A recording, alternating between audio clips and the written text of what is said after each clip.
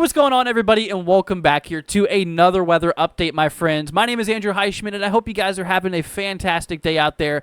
So we got ourselves a system, future Sara, known as 99L here in the Caribbean. We are currently watching it as it could have some potential problems down in time, as we're getting ready to see. Now, before we go ahead and dive on into this, my friends, if you have not already, consider leaving a like, hitting that subscribe button, and most importantly, sharing this with your friends and family. That way we can help get the word out there and help keep you guys safe. But all right, everybody, let's go ahead and dive in. We got ourselves a bit of stuff we need to talk about. So taking a look here at 99L here on the morning satellite imagery, we can actually see that the system is getting fairly well organized. Now, it still is just a bunch of thunderstorms, nothing quite yet. It's not a named system, it's not a depression, but you can see that all of those thunderstorms are starting to kind of group together.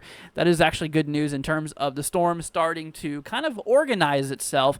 Now, if you look really closely at those lower level clouds, you can actually see how the clouds are moving to the south because low pressure systems, they rotate counterclockwise here in the northern hemisphere. And if we take a look here on the bottom right side, if you look closely, you can actually see some of those clouds moving their way up here kind of towards the northwest. So we are starting to get a organized low starting to develop. Now, honestly, I would not be surprised if the Hurricane Center puts this thing into a potential tropical cyclone here today.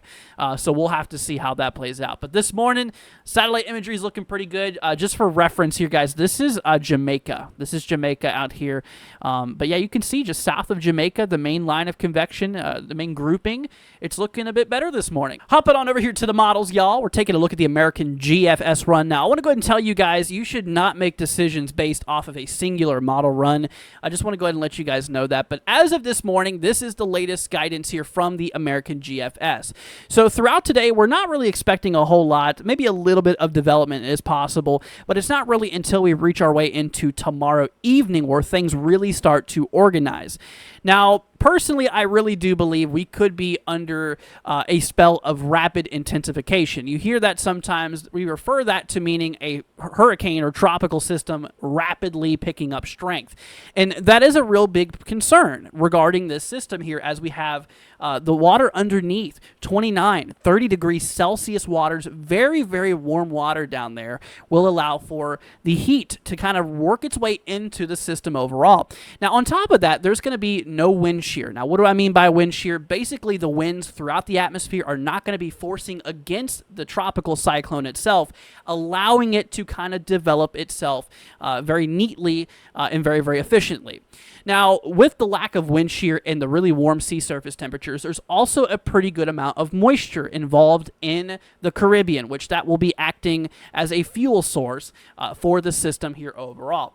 Now, we're going to kind of sit here in these warm and non-shear environment waters, which I really believe is going to allow this thing to pick up some pretty decent strength before we work our way over here to the northwest here right around the 17th and 18th. Now, areas out here by the Yucatan Peninsula should definitely monitor the progression of this storm, as there has been a handful of models supporting that system possibly rolling through. Now, around this time, we are going to have ourselves an area of high pressure out here towards the Bahamas, basically just off the U.S. southeast coast.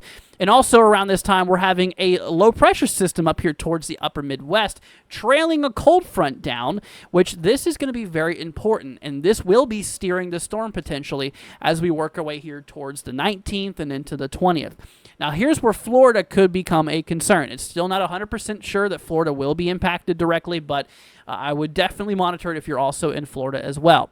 So as we work our way down a little bit further in time, you notice that that cold front starts to kind of roll through, and this is going to be pushing this tropical system a bit more to the east because basically these tropical systems do not like frontal systems. They kind of run away from them, and that's kind of what we're seeing here in terms of the system here just kind of getting pushed to the east by this cold front, which unfortunately could knock this thing into the Florida Peninsula. So that's still not 100% for sure, but it does seem like the majority of models is kind of on board with a similar outcome. Therefore, we're going to really need to watch this over the next couple of days. Okay, so hopping on over here to the spaghetti model intensity guidance here. So this is basically those spaghetti models that you typically see, although on the intensity potential. Now, as you can see here, this is the latest run here from the hurricane models. From here on out, we are going to continue to see nothing but intensification. We approach our way here towards the 24-hour period. I'm sorry you guys can't really see that here. Let me try to fix that real quickly for you guys. Just move that up just a tad. There we go. Okay, so yeah, so throughout the next 24 hours from here on out, we're just going to continue to strengthen. And if we kind of grab a median here, you know, of the models in terms of their strength, you know, there is a really good shot that this thing could easily make its way up into Cat 1, Cat 2 status, no problem. Personally, I do believe that this could be another major hurricane, especially as it kind of just sits there and meanders in the Caribbean, as we were kind of showing you guys here a minute ago with the GFS model. The majority of models do support what the GFS is saying. Therefore, like I said, we definitely need to really be watching. If you guys live out in the Yucatan Peninsula in Florida, I really do want you guys, both in Florida and the Yucatan, to be monitoring this thing very, very closely. If you have any friends or family who lives out there, send this video to them, get them the information out there, and we'll continue to keep you guys posted daily on the system. We will be doing a live stream later on tonight, so if you guys are interested in that, go ahead and set your alarms. We'll probably go live around 9 or 10 o'clock Eastern, although not too sure. Just go ahead and turn on those notifications. That way you guys can get alerted when we do go live. All right, everybody. Thanks so much for joining. You guys take care. Have a wonderful rest of your day. Stay safe out there, and we'll catch y'all in the next update. All right, see you later, guys. Thanks for joining.